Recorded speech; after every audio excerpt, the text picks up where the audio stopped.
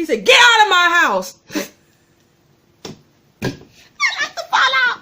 And she jumped back. She jumped back and pulled that gun out. I don't know. All right, y'all, what's up? This is, forgot my damn name. Y'all know my name. This is the Underground Recap Review, episode 5, I believe it is. Whitewash. And when I saw the title, I thought that this was going to be all about Georgia. But it did have so many different elements of what whitewash could mean. So here we go. Let's get into it. It starts right off with the minstrel show. And a typical minstrel show is somebody in blackface, you know, shucking and jiving, right? Okay, so but this particular minstrel show, a black dude steps out in whiteface. Everybody in the audience like, fuck is going on? So he's going on and talking about how he grew up on a farm. He was a massa. He had the cutest little lamb, and you know you got to sleep with the lamb. So, you know, he kind of doing a metaphoric joke, and they all laughing how he ended up, right? So the next little act comes out. It's an even darker guy playing with white face on. Now everybody really fucking disturbed. And they look like, what the fuck is really going on? This motherfucker is making fun of white people in the worst way for them. It's funny as a motherfucker. You still have somebody laughing their ass off, you know, and it got so offensive to the good white folk in there, good being a loose term, that they started getting up and walking about the place, right? Then you just hear the laughter just carrying on and on and on. Kind of find out it is Cato. Cato ass is putting on reverse minstrel shows. He advertised them as a good black funny show. All the white people thinking they finna come out there and see something hilarious about black people, crack some stereotypical jokes, and this whole show is about them. So Cato is making his kicks off for promoting these shows, humiliating white people, okay? So Elisabeth is writing a letter to Mr. Stills saying that she's sorry she hasn't wrote him in a long time. His letters are encouraging for her, and she needs to write more. And while she's doing this, the marshals bust in. They turn this house up. They looking for Georgia Goodwin. I think that's what they said her last name was, right? And I'm like, what the fuck they looking for Georgia for? They turn this house up, going through different rooms, and some of the freedmen are hiding in the walls, and Rosalee, Elisabeth's like, where the hell? Oh shit, let me get to Rosalee. So while she's trying to get to Rosalee, the marshal grabs her up and like, where you going? Are you Georgia Goodwin? And she's like, what right do y'all have to be busting up in here? She never said she wasn't her, right? And I'm thinking, why the hell do they think Elisabeth is Georgia? The guy goes into the room where Rosalee is at. He's looking all around, and Rosalee is in the wall. She hid in the wall, so good thing, okay? So they turn this house up, and they come back out, and all the Brown boys. Last week I didn't know their name. Lucas and the Brown boys, Joe Brown boys. Let me stop right here. Last week I was wrong. Last week I said that when Daniel was reading a letter about a guy named Brown who was telling the slavers they need to go hide their slaves down south or sell them off down south, right? And that the legislator that George and Elisabeth was trying to not get into office, he was the same Brown. That is incorrect. Joe Brown is a slave freer.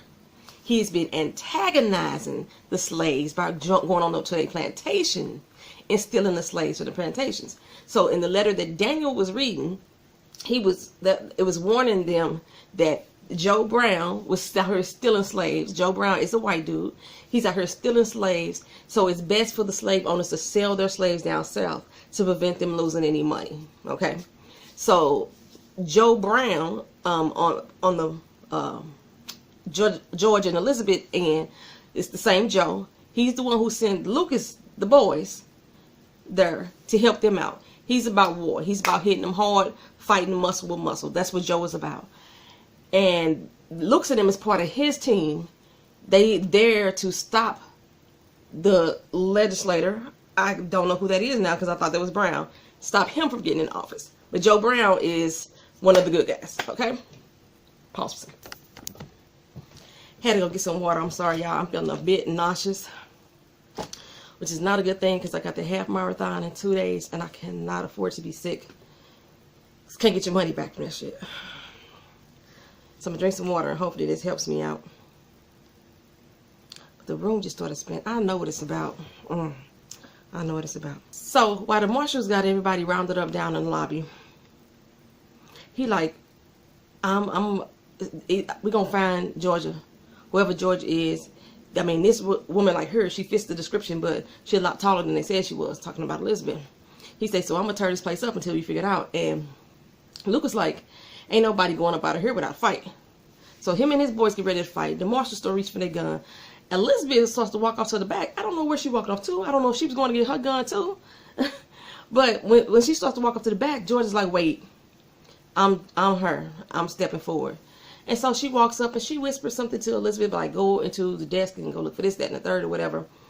And while Elisabeth runs in there, they take George away. And while Elisabeth runs in there, she's going through the desk drawer and she sees the free papers for Georgia, a colored woman. And so at this point, they realize that Georgia ain't white. And I'm like, I know they said black people used to pass for white back in the day, but I never thought Georgia was white. I mean, through this whole show, I knew she was a sister. Before I even like looked up her name on the tube, I knew Georgia was a sister.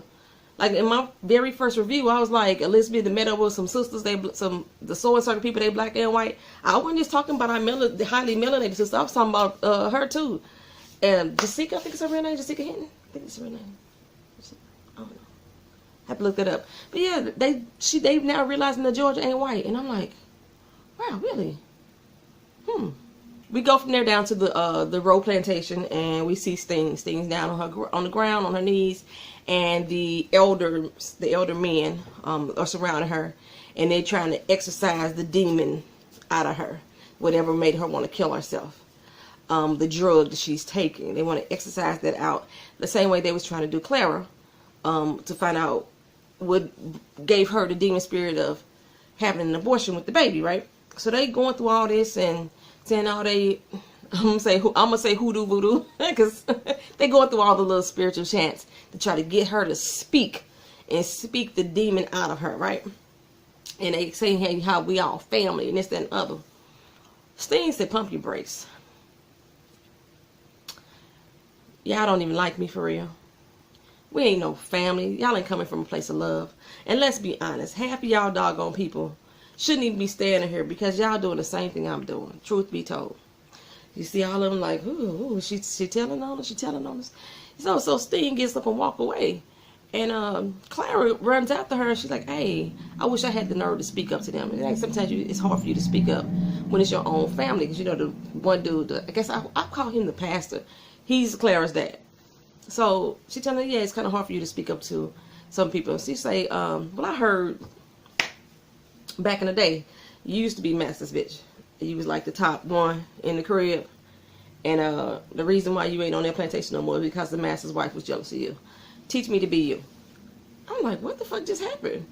And she's like, why the hell you want to do that? She said, because, you know, I don't like the things that they do to me right now. So I want to have some type of control. I want to feel like I got some control. So teach me how to make them do what I want when I want to. Give me the tools I need to have some type of power. I need that power. And I'm like, really, Stine and try to talk her out of it. I mean, they finna rock with this. I was really baffled by that decision, but I mean, I guess. So Patty Cannon, she's got August. At the end of the episode that I didn't catch the end of it, that's what she went to go do. She went and got August out of jail because she said, if anybody can catch Rosalee, this is the motherfucker that can do it. He only in jail because she put him there for killing one of her people. So she went to go get August. And she tell him, look, the only way you can get your freedom is if you take her freedom. What you gonna do, partner? Well, next thing we see, August getting shaved up, trimmed up. And Mr. Cunningham is out there, the book interview. He's out there talking to him about his history. You know, say I've been digging up a lot of information. I can't find no trails on you, but I found a lot about your daddy.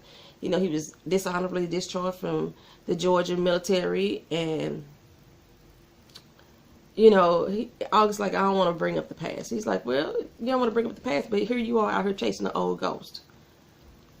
I mean, that's what he's doing, right? So, you know, August just kind of look at him and he said, yeah, and I heard you got a son. He got a little upset when he mentioned that. So Patty come over to him. You know, they exchange some words about what she need out of him, this, that, and the third, whatever. And Cunningham was like, "You can write a letter to your son if you want to." So this just confirms to me that Ben is not dead. He did not die. I'm assuming Ben is going to come back. And I just pray that he understood why Rosalee had to stab him. I really hope that her stabbing him did not harden him as a person, and now he hates black people. I hope that is not the state of mind that Ben in. Because Ben was just like, please don't let Ben be soiled. Please don't let it be soiled. So Rosalee is sitting up there with Steele. He's, I guess, kind of feeding her, trying to help nurse her back to good health. And Elisabeth come in and like, why you didn't tell us? Like, you out here fully pregnant with this baby. You out here on the road and risking your life, risking the life of your kid. And Rosalee like, look, I'm doing this for my child. I think you understand. I'm doing it for my child. Everything that I ever dreamed about, it had Noah in it, had my mama in it, had James in it. So I can't do this without them. And Elisabeth is trying to get her to understand that you're not alone. You know, you got family. But if you keep this up, you're going to kill that child. And then you will be alone. It won't be nobody else but you. And I'm like, oh, shit, don't get me in my feels. And I'm like, oh, come on, Rosalee. Because I want her to go. For my own selfish reasons, I want her to go back and try to get her damn mama. Because her mama needs saving. She got to go back for James. But at the same time, she got that damn baby. Oh, it's such a girl. Catch-22. I don't know what I want her to do for real. I want her to go back, but I want her to be safe. Yeah. Once the marshals leave, basically Elisabeth and Georgia have some little words about the fact that she been passing. And Elisabeth is deciding to go on the run with the Brown boys because they basically want to split up and try to get the cargo out of their business because now the Sewing Circle house is a hot spot. So they want to get all the people out and get them somewhere else close to safety. And they had they were going to split up, go down 2 different roads. She was going to go with Lucas and the rest of the crew was going to go down another road. They figured going 2 separate ways could lead them, distract them somewhat. And but she stops Georgia in the hallway and say, yeah, I know your secret. And Elizabeth like, I mean not Elizabeth, Georgia like, you didn't tell him? She's like, no, it's not my secret to tell. It's up to you to tell. I'm like, yeah, I don't know that she ain't a white girl, but okay. And Elizabeth makes some comment along the lines about how something must be easy, and George is like, this shit ain't easy, yo. Like, Elizabeth think that she risking everybody's lives, especially these men's lives, by holding on to a secret like that, how that could truly endanger the cause and endanger lives. And George is like, look, when these men decided to become abolitionists, they made the choice to put a target on their back. When I was born a target. I had no choice. So ain't none of this shit easy. Let's get that understood. I'm like, okay, now Georgia, tell her. You better tell her, girl.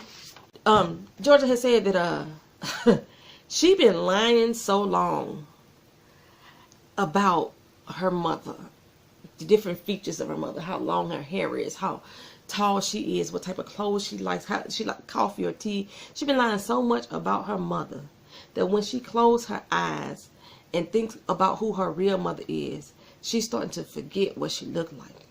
And she feared that one day when she blink her eyes, that's all she gonna see is darkness. I was like, that's some deep shit right there. You've been lying so damn long that you done forgot the truth. Baby, I'm like, you just don't understand. A lot of time when you hear stories about people passing for white back in the day, it was not necessarily for their own protection. It was, from my understanding, for them to just try to be a white person and live the life of a white person. But not necessarily because so they could be protected, even though it was providing them some sort of protection, if you understand what I'm saying. But that's just from what I've heard from, elders that were in my life. I don't know of any more other stories. Does that make sense? Any more stories other than that, you know what I'm saying? At this time, the guy comes in and tells Georgia, you got another visit. He's like, you expecting any more company today? Like, damn. Rosalee sitting in the room. She's sitting there thinking about life. And in walks Noah. Her little heart started beating all over again. All her reasons to live, all her reasons to fight, all her reasons to carry on just crossed through that threshold. Came through that threshold and caressed her soul. Y'all don't hear me. Y'all don't hear me. I mean, they both looked into each other's. They both looked into each other. Not looked at each other. They looked into each other like they were a dream manifested. I was like, look at that love. Look at that black love there. I'm like, what? So then they switch over to Cato. Throwing off my little black love. And Cato is hosting a party for basically people of the cause. And he's saying, you know, I'm offering up my house to Mr. Steele. And not only am I offering up my house, I'm offering up my money. And that's what we need to take these white people down. Not only fuck with their money, but use our money to help bring them down. So he gave some money to Mr. Steele. And then all the donations started pouring in from the other people at the cause. All the white people started putting money in Mr. Steele's hand. Money in the pocket, right?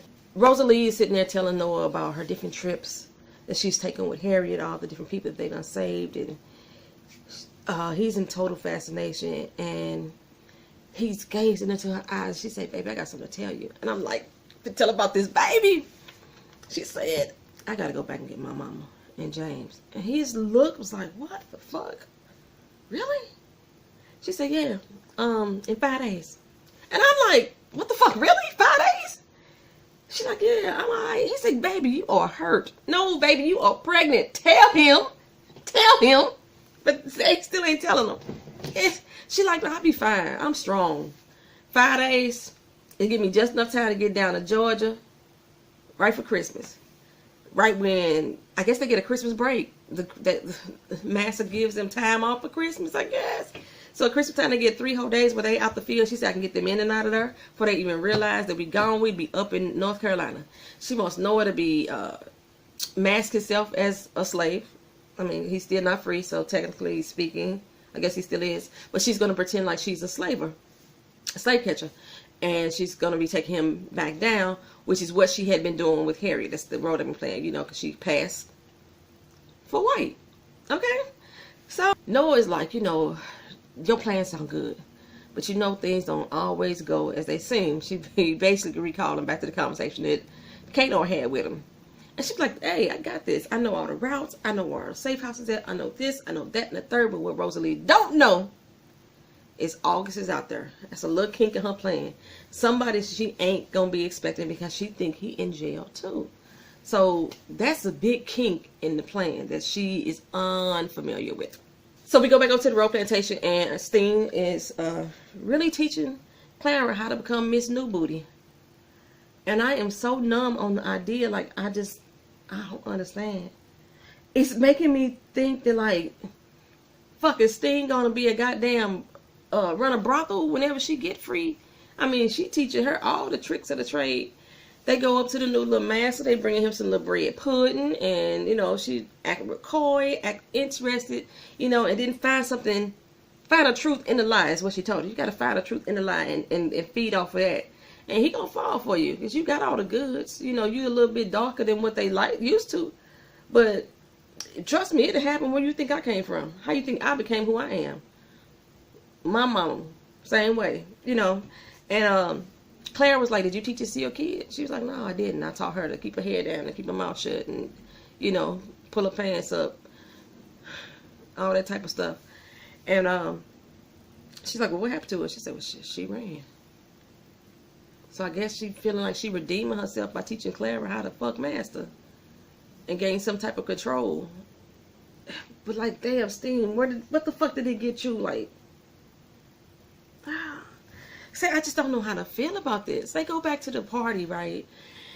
And Frederick Douglass walks in. Hey, John Legend. Hey. He walks in, and Cato is telling him how he's admired about his papers that he's read in his bio, and Frederick Douglass is talking about how, you know, if Cato's face need to stay out there, and he got in the news, and he's like, no, I want to stay behind the scenes. I'm more of a fighter than anything. And he was like, well, you know, yeah, I can understand your uncertainty, because that's why I kept my actual escape route out of my book. How I actually made the freedom, I kept it out of my book. And so you got to have some type of discretion. And Cato like, yeah, from the man whose face is all through the nose. Like, really? Okay, yeah. While he's there talking to them, he looks up and notices some guests that should not be there. Old Patty Cannon and August. And I'm thinking, how the fuck did they get an invite? I'm like, Cato, please tell Steele and them who the fuck just walked up in this party. Please tell them. But Cato, now his ego allows him to walk up so boldly to them. Of course, August know who he is. And Patty like, I know you. He like, how y'all get in here? I didn't give you an invite. She said, check your list again. I'm Patty Cannon. So, bitch, you weren't invited. But she's like, yeah, I know you. I know you, Cato, the man with the burnt face, more than the Maker 7, one of the people we've been looking for this whole time. So, when you ready to talk, bruh, I'll be at the bar. He lets them watch the bar, and his boy's like, hey, what you want us to do about that? He said, just keep an eye on them motherfuckers, right? His other boy came up and said, hey, we're going to have a problem, because you're going to have an unexpected guest. Cato automatically assumes he knows who this guest is. And he like, what the fuck do you mean? What we gonna do about it? He said they already docked like 10 minutes ago. They'll be here soon. So Cato's like, hey, clear this motherfucking house. Clear him out. Get him out of here. He goes back over to Steele and John Legend, Frederick Douglass. And he tells them, no, we gotta go. Y'all gotta go. The party's over. Sorry. But deuces, bro. Everybody up out of here. Okay? Stine is laying up in the bath. And she's just soaking her curves away. Clara's out there, buddying up with Massa, like she wanted to do. And Bruiser walks in singing, playing on his little banjo, about how much he loved her, he want her, right? And he apologizes for everything he's done to her. He says, you know, I'm starting to think that it might have been something that I have done that made you walk out in that water. And I'm thinking, really, bitch? Something you thinking? Yeah, it's something that you done to make her walk out in the water. So your actions are part of that. He say, but I promise, I ain't gonna never raise my hands to you again. And Stine say, oh, you ain't never raised your hand to me. You don't even know me, bruh. He like, what the fuck you mean I don't know you? I know you. She's like, nah. Stine is like, that chick you was beating up on ain't even who I'm about. That ain't who I am. All this doping and stuff that I've been doing, that ain't me. You ain't even met the real me, bruh. But you gonna learn.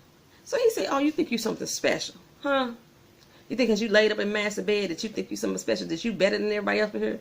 She's like, man, I done went from master bed to your bed, to the motherfucking opiates. So, yeah, you're right. But I ain't about that shit no more. He gonna toss her the bottle. Like Rick James. You gonna take this fucking drug. You gonna toss her the damn bottle. She shivered a little bit because she been going through withdrawals and getting the shakes and shit through the whole damn episode. I heard trembling and shit. And he like, see, yeah, I see you want it. You want it. Every dope head comes back to their dealer. I got everything you need, baby. I'm just letting you know, you'll be back. You'll be back. Elisabeth and Lucas out on their little trail. They don't walk that. They stopped in the middle of the night. And she's like, what the hell we stopping here for? He said, we go for an hour. If somebody was following us, they would have stopped us by now. So let's go and get some rest. He starts to tend to the horse. And while he tending to the horse, somebody jump out on their ass. I'm like, Lord, Jesus. Next thing you know, somebody pulling the damn potato sack off their head. Got them tied up to a tree. One dude got a knife up to Elisabeth's back. He's like, y'all motherfucking nigga lovers. You up her friends with that black bitch like you don't think we know she black. We know she a color. We know she a nigga. And y'all some nigga lovers. But she want to be white and then y'all pretending like y'all black. What the fuck is going on? But that's alright. I got something for that ass. I got something for that ass. We brands bitches like you. Elisabeth, she had her Rosita on from The Walking Dead. I don't know how I'm mixing these two shows together. But she was like, do it, motherfucker. You gonna brand me? Do it. She leans back into the knife as best she can. He's like, I'm gonna do it. I'm gonna stick you. She's like, if you gonna brand me, go on brand me. I'm gonna wear my scarlet letter proud. I ain't hiding no more. I'm not gonna be back in the deep no more, in the dark. I'm finna be who I am. I'm a motherfucking slave freer. Deal with that. Gone cut me if you want to. So like he nicked her in the back, but he's like, you know what? I'm gonna leave you out here in the woods for the animals to get to you. For the animals to get to you. Now, I don't know if Lucas was knocked out or something because he didn't say not a word. But he left both of them there, tied to the tree. And then you see Elisabeth working the little ropes trying to get herself free. I'm saying, let's be doggone gangster owners, baby. You better go, girl. So Patty's back at the crib at Cato's house, and Cato come out there and talk to them. And she was like, look here, I'm looking for Black Rose. He's like, I don't know who the fuck that is. She said, your girl Rosalee. He said, oh, little house girl. And he said, I got a tip for your ass. So she stepped up to him. He said, get out of my house. I like to fall out. And she jumped back. She jumped back and pulled that gun out. I don't know. And all his boys, they mount up. And he like, no, calm down, y'all, calm down. You know, I got some expensive shit here. Y'all can't bust up my expensive shit. It costs a lot of money. He said, but you know what? Since I got a lot of money, fuck them. Kill their ass. Cato so underestimated August. August got the drop on all them motherfuckers and laid them all out. Laid them all out. I don't even know if Patty hit anybody, but they got laid the fuck out. All his boys been dead. I'm like, God damn it, man. So they hemmed Cato up, got the little gun or the shank or whatever. I think it was a shank up to his neck. And he like, the best way to get to Rosalee is to get to her mama. She do anything for her mama. And I'm like, really, boy? See, that's why I told y'all last week, you can't trust Cato motherfucking ass. As soon as he do one thing good, and I'm thinking they're going to at least give him a good little run of him fucking with people and buying people's freedom and giving motherfuckers a run for their money, throwing some jabs, throw some fish and knock some motherfuckers out. But no, Cato throws on some goddamn minstrel shows just to try to embarrass them. Throw around some money, offer his house up to Mr. Steele. Oh, goddamn, he offers his house to Mr. Steele. A house that now Patty Cannon is taking over. She's taking that bitch from him. She said, it's a nice motherfucking house. I'm going to stay here for a while. So, oh, God, Mr. Steele finna be in trouble because he don't know what's going down. He just offered his house to them for them to use. And now, this. So, I don't know what they did with Cato. But Patty just took over that house. It's no longer his. And while he was holding, while she had him hemmed up, in walks Debbie and his boy, that his real close boy, the one he wasn't going, I forgot what his name was. I'm so sorry. They shoot him dead. He's dead in the water. And they grab up Debbie. I don't know what the fuck they did with her ass either. You know. She's not African, but she's still a black girl. She's just an Indian black girl. And so shit, ain't no telling what they're gonna do with her. But they got them hemmed up, and now shit, Patty got the house. And Noah is with Rosalee, and he's telling her everything that he did back in the prison. You know, he said he thought about her every day. Every day of his life. He thought about what their house gonna look like that he done built brick by brick from his hands. That's all she gotta do is pick out the plot of land. And then he says, and I thought about this, and he brought her over the ring that he made. He got down in front of her and proposed marriage. Y'all, he proposed to Rosalie. Okay, he didn't say the words, but he said, he put that ring on her finger. And he said, I will follow you anywhere. That's a proposal to me. Fuck what you heard. He proposed. He put that ring on finger and said, I will follow you anywhere to the moon and back to infinity and beyond. Yes, he will. So I'm still screaming at the TV like, Rosalee, tell him about the fucking baby. But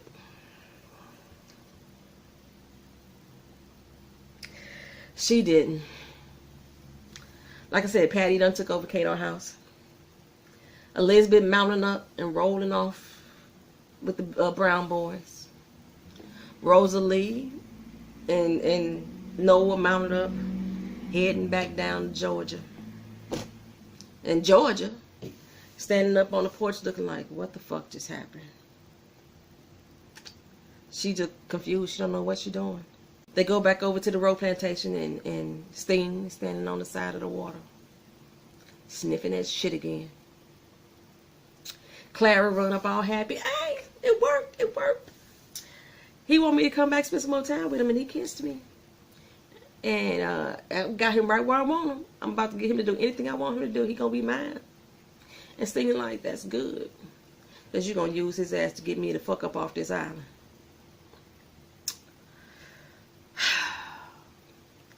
That's underground, y'all. That's underground. This show right here, it puts me through so many damn emotions, Lord. Yes, it does. Yes, it does. Thank y'all for being patient with me. Hopefully by next week I will be back on track. I don't have so much crap going on in my life. Thank y'all. Shit. All right, y'all. Peace.